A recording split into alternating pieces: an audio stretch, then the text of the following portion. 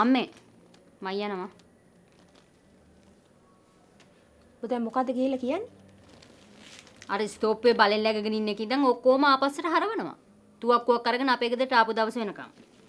උඹේ ඔය හැල්ල පොලිසියේ මහතුරු පොලිස් පොතේ ලියන්න ගත්තොත් උඹට ගෙදර එන්න වෙන්නේ ලබන මාසේ තමයි. හරි හරි අපි ඒක හිට බලමුකෝ. අරුන් ගෙට එන්න හැවුවොත් එන්න දෙන්න එහෙම එපා. පිස්සුද? ඔබ ගිය ගමන් මම තොර බලවහන.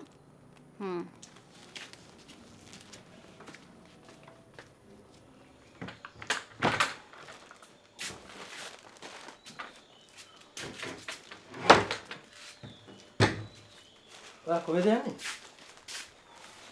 ඇයි? තම්සි මගේ වාහෙද මම මිය නැහැ නැතෙන් කියලා යන්නේ? නෑ. හොරවායි. විමලයි එහෙමනේ කිව්වේ. හොඳයි ඉතින් බහැපම් මේ ගෙදරින් එළියට. නැත්තම් මම විසි කරන්නේ උඹලගේ මල කඳක්. ඔයාගේ අත හරි සිනිදුයිනේ. මේ පතරක් ගන්න. ප්ලීස්. ඇත්තට උඹට ලැජ්ජාවක් කියලා දෙයක් නැද්ද? මේ ගෑනු දෙන්නෙක් ඉන්න තැන බලෙන් läගලා ඉන්න. ගෑනු 3 දෙනෙක් ඉන්නවනේ. ඒ නංගි. අවුලක් නැහැ නේ හින්දා. හරි. අපි බලමුකෝ. උඹලා දෙන්න තව කොච්චර කාල මෙහි ඉඳීද කියලා.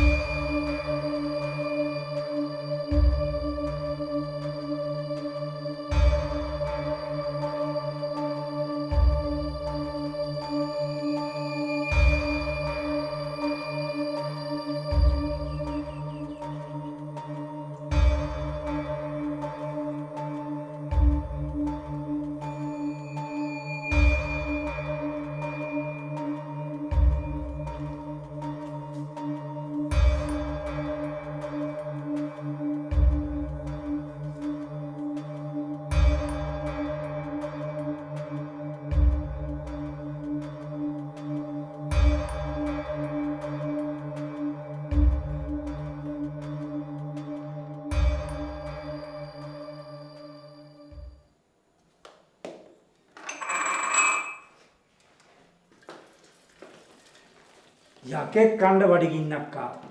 අද උදේ ඉඳලා මොනවත් කෑවේ නෑනේ. මේ කලබලාස්සේ මොන කෑමවලද? තේද හදන්නේ. හොඳ වෙලාවට මං ආවේ.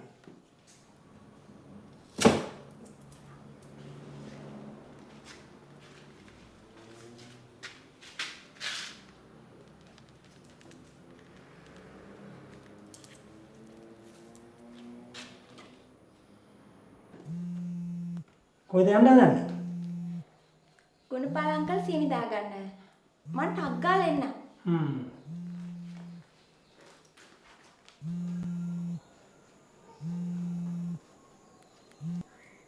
හලෝ. සෙන්ඩු බේබිය හම්බුණා. අර මෙහෙටනේ රූත් කියලා කෙල්ලෙක්. ටැටූ ගහපු මාදිවී නෝනගේ යාළුවෙක්. අන්න ඒක තමයි අරන් ගිහින් තියෙන්නේ. 1,30,00,000 අප්පමක් ගෙවලා. මොකක්? ඔව්. කප්පම ගෙවලා එනකොටම වගේ උන් බෙබ්ව ගෙට්ටුව ගාව තියලා ගිහිල්ලා. ගුණපාල අංකල් තමයි එක්කන් ආවේ. දැන් කවුද කියන්නේ ඒ කෙල්ල තමයි කිඩ්නැප් කරලා තියෙන්නේ කියලා? සෙන්ඩු බෙබ් තමයි කියන්නේ. හැබැයි හොඳට සැලකුවලු. සෙල්ලම් බඩ තරන් දුන්නලු. කොහෙදද දැන් ඔය කප්පන් දීලා දෙන්නේ? එච්චර විස්තරයක් නම් මන් දන්නේ නැහැ. ආගෙන මට කියන්න. විශේෂයෙන්ම කප්පම දීපු විදිය. බබා සනීපින් ඉන්නවනේ. ඔව් සන්තෝෂෙන් ඉන්නවා. බය වෙලත් නෑ වගේ. හරි. මම පස්සේ ගන්න. කල්පනාවෙන් ඉන්න. ෆෝන් එක ඔන් එකේ තියාගන්න. හරි හරි.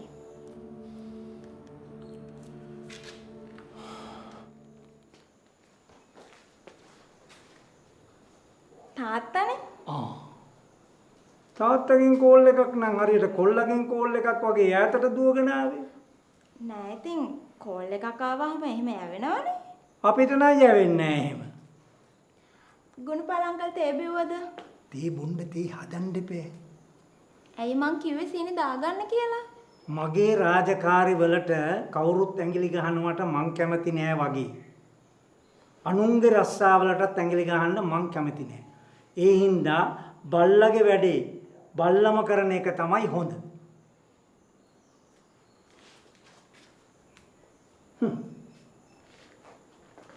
ගෙදර ඉඳන් ඔෆිස් වැඩ කරන්න වාසිදායකතම anytime data package දැන් Dialog Home Broadband වෙතින්.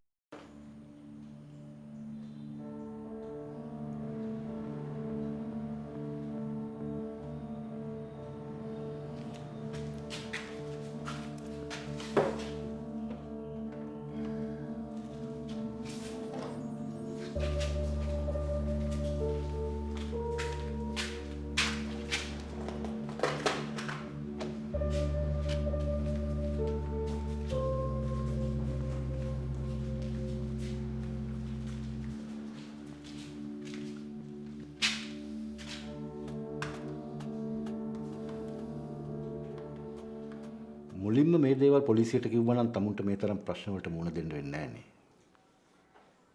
අපි බයේ හිටියේ සර්. ආපු පළවෙනි දවසේ වෙඩි කාගෙන තුවක්කුවකුත් අරගෙන ආවේ. මූ ඔය වෙඩි කාගෙන ඔය ගෙදරට ආවයි කියන දවසේ තමයි පාතාලේ සෙට් එකක් අපේ ජිප් එකට වෙඩි තිබ්බේ. ඒ කියන්නේ මූ පැනලා ගිහිල්ලා තියෙන කෙලින් මෙහාට. අපි ඔය කීන මිනිහම දන්නේ අඳුරන්නේ නැහැ සර්. බලෙන්මනේ ගෙදර නතර වුණේ. තවඩින්ගෙන් මගේ පවුලත් කැඩෙනවා ওই මිනිහා හින්දා. ගාමිණී විමලේ අතර සම්බන්ධයක් තිබිලම නැද්ද? මං කියන්නේ මේ වෙඩි කාගෙන ඉන්න කලින්. නෑ. විමලේ නම් ගාමිණී කියන එකක් ගැන දැනගෙන හිටියේ නෑ. ඇත්තමයි සර්. කවුද මන්ද ගෑණියෙකුත් ඇවිල්ලා ওই මිනිහට වෙඩි තිබ්බා. කාටද? ගාමිණීටද? ඊට පස්සේ කවුද මන්ද රකුසෙක් වගේ මිනිහෙක් ඇවිල්ලා මූට ගගහ මොනවද ඇහැව්වා. අපිත් බැඳලා දාලා කාමරයක හිටියේ. කවුද අපු මිනිස්සු? ඒක නම් දන්නේ නැහැ සර්. ඇහැව්වට ඉතින් විස්තරයක් කියන එකක් ඈ. කොහොම හරි අපි අන්තිමට ওই මිනිහව ගෙදරින් පන්න ගත්තා. ඊට පස්සේ ඉමලට බොන්න දීලා ආයෙම යාළු කරගෙන ගෙට රිංගගෙන. අපේ මිනිහට බොන්න තියනවා නම් ඉතින් ඒ වාගේ දෙයක් නෑනේ සර්. දැන් මොකද්ද ওই මිනිහට ඔච්චරටම ගෙටරින් ගන්න තියෙන උමනා? ඒ මිනිහා මට කැමතිලු. එහෙම තමයි කියන්නේ. ඉතින් තමුන් බඳපු ගෑණියෙක් නේ. ඔව් ඉතින්. පෙරේරා. සර් මේ අකා මනුරංගගේ කේස් එකේදී අපිට කිව්වේ අමූලික බොරු. අන්තිමට උගේ කීමට අපිව රජයේ සාක්ෂිකාරයෙකුත් කරා. ඒක නම් ඇත්ත තමයි සර්. හැබැයි මිනිහා පණ පිටවලා කියන්නේ බොරු සර්. අනේ සර්. ඌට දෙන්න පුළුවන් උපරිම දඬුවම දෙන්න ආයේ එළියට එන්න බැරි වෙන්නම. ඌ ආයේ එළියට આવොත් අපිට මොනවා කරයිද දන්නේ නැහැ සර්. පෙරේරා. කලින් බොරු සාක්ෂි දුන්නු කේස් එකටත් එක්ක මූවල්ලා රිමාන්ඩ් කරන්න. දැන් කෝ ඌ ඉන්නවද ගෙදර? ඔව් සර්. උගේ නංගිත් එක්ක අපේ ගෙදර ස්තෝප්පුවේ ඉන්නේ. කොච්චර යන්න කිව්වත් යන්නේ නැහැ නේ සර්.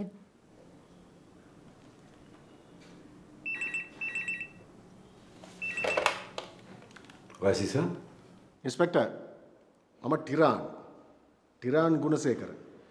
ඔව් මිස්ටර් ශ්‍රීරාම්. අර ඔයගොල්ලෝ හොයපු දරුවා සෙනුරු ඔව් අපි ආව හොයාගත්තා. හොයාගත්තා කියන්නේ ගේට්ටුව ලා ගියාලා දාලා ගිහිල්ලා තිබුණා. ඉන්ස්පෙක්ටර් මේක තනිකරම මනුරංගයාගේ අර රූත් කියන ගෑණිගේ ගේම් එකක්. කොහොමද දන්නේ? ළමයාව ගෙනල්ලා දාලා ඒකේ මාධවියට කෝල් එකක් දීලා කියලා සෙනුරුව නිදහස් කළා කියලා. ඉතින් එහෙම කොහොමද එකපාරටම නිදහස් කරන්නේ? මොකක් හරි හේතුවක් තියෙන්න ඕනේ. එහෙම හේතුවක් දන්නේ නැහැ. සමහර විට තාත්තට දරුවවට දවස් දෙක තුනක් කුරතල් කරන්න හිතෙන්න ඇති. හරි මිස්ටර් ටිලා. මම මේ පොඩි ඉන්ක්වයරි එකක ඉන්නේ. දැන් ළමයි හම්බුණානේ. එයාට මුත් කරදරයක් නැහැනේ. නෑ. මොකුත් ප්‍රශ්නයක් නෑ. මම මේ තෑන්ක්ස් කරන්න කතා කළේ. මොකද ඕගොල්ලෝ නොසෑහෙන්න මහන්සි වුණානේ දරුවෝ හොයන්න. අපිට කරන්න පුළුවන් දේවල් අපි කළා මිස්ටර් ගුණසේකර. ඔව් ඒක අපි දන්නවා. හරි. මම කවුරු හරි ඔය පැත්තට ගන්නම්කෝ. නැත්තම් මං හරි එන්නම්. දැන් නම් ඉතින් ඇවිල්ලා වැඩකුත් නැහැ නේද? ඒ කියන්නේ අපි මේ සිද්ධිය ඉන්වෙස්ටිගේෂන් කරන්න ඕනේ නැහැ කියන එකද? නෑ. කරන්න ඕනේ. ළමයා හොයාගන්න බැරුණත් ඉන්වෙස්ටිගේෂන් එක කරන්න ඕනේ. ඒක කරන්න. මිස්ටර් ටිලාන් පොලිසියට ඉන්සල්ට් කරනවා වගේ. නෑ ඉන්සල්ට් කරනවා නෙවෙයි. නෑ මං කියන්නේ ඉතින් අස්සයා ගියාට පස්සේ ඉස්තාලේ වහලා වැඩක් නෑ කියලා. ඔව්. ඒක හරි. හැබැයි ඉතින් ඉස්තාලේ අරපු එකාවත් හොයාගෙන අස්සයාවත් අල්ලගන්න එපා නේද මිස්ටර් ටිලාන්? අපි හම්බෙලාම කතා කරමු. හරි.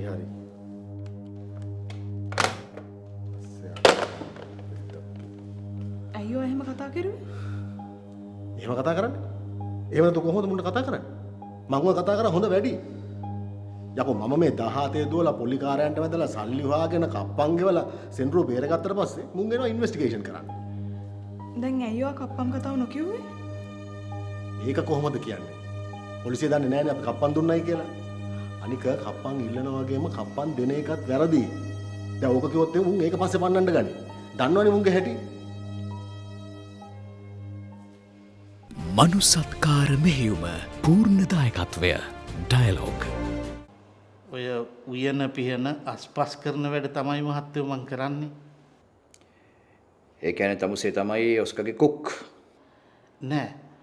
උයන්න කියලා වෙනම ගෑනු කෙනෙක් ඉන්නවා. මං ඉන්නේ අත් උදව්වට. ඇයි දැන් තමුසේ ඔස්කට විරුද්ධ වැඩ කරන්න තීරණය කරේ? මට ප්‍රශ්න තියෙනවා මහත්තයෝ. මට ඉන්නවා ඇවිද ගන්න බැරි දරුවෙක්. මං සෑහෙන්න වේදම් කළා. ඒත් බැරි වුණා හොඳ කරගන්න. මං ඔස්කා මහත්තයාට කිව්වා මට උදව් කරන්න කියලා. මිනිහා ගානකටවත් ගත්තේ නැහැ. මේ රංජන් මල්ලි කිව්ව හින්දා තමයි මං කැමති උනේ. මට ගානක් අරන් දෙන්නම් කිව්වහන්ද.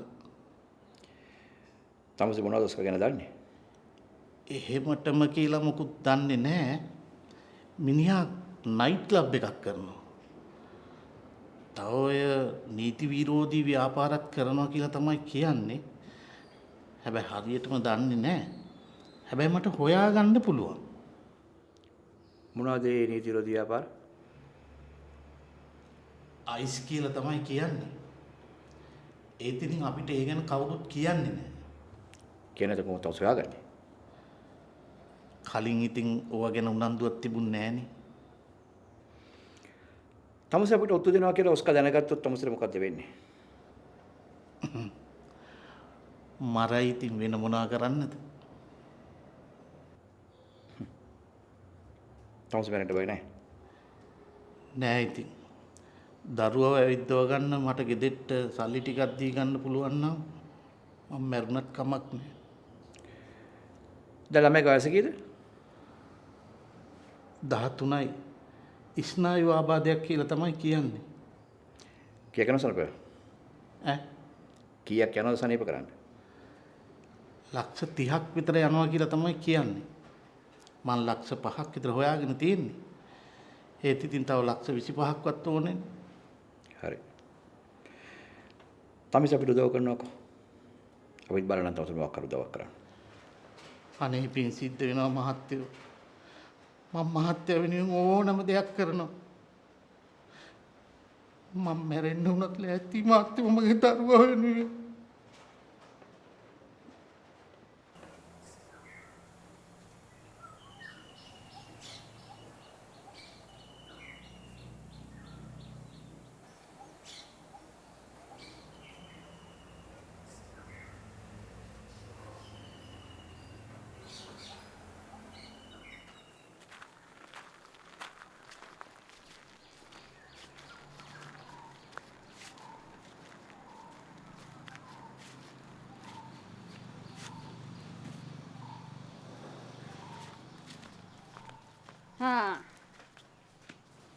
උඹලා දෙන්න තාම ගියේ නෑනේ. මං කිව්වා යන් කියලා. මෙයා තමයි යන්න නැත්තේ. හොඳයි. ඔහොම හිටහන්කෝ. එතකොට මගේ ධර්මත් බලා ගන්න පුළුවන්. මොකද බං ඔය කෑ ගහන්නේ? කෑ ගහන්නේ මේ ගෙදර අයිතිකාරනේ. තමුසෙට බෑ මෙහෙම ගෙවල්ලාස්සේ බලෙන් රිංගගෙන ඉන්න. බලෙන් රිංගගත්ත මදිවට පෙති දීලා මගේ මිනිහව මරා ගන්න හැදුවේ. තමුසට දැන් ඔය සත්ව කරුණාව පහළ වුණාට තමුසටත් ඕන නුයෝ මරා ගන්න. මොකද්ද තමුසෙ කිව්වේ? ඒ කියන්නේ තමුසෙ දැන් මේ කරන්නේ මන් දුන්න කොන්ත්‍රාත්තුව. ඔව්.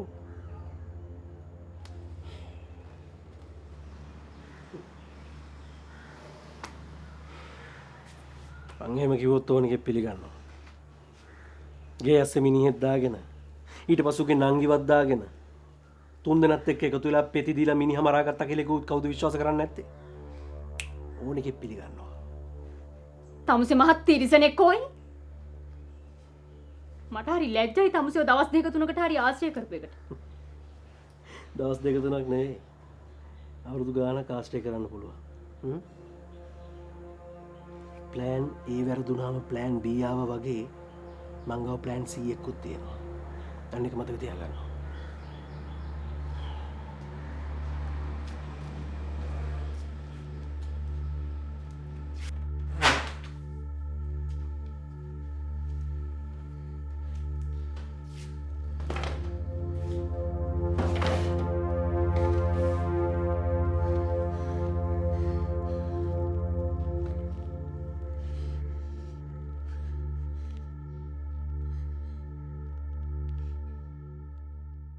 පිළිගන්නවනේ තමුසේ මගේ අතින් ලක්ෂ 130ක් ගත්තා කියලා.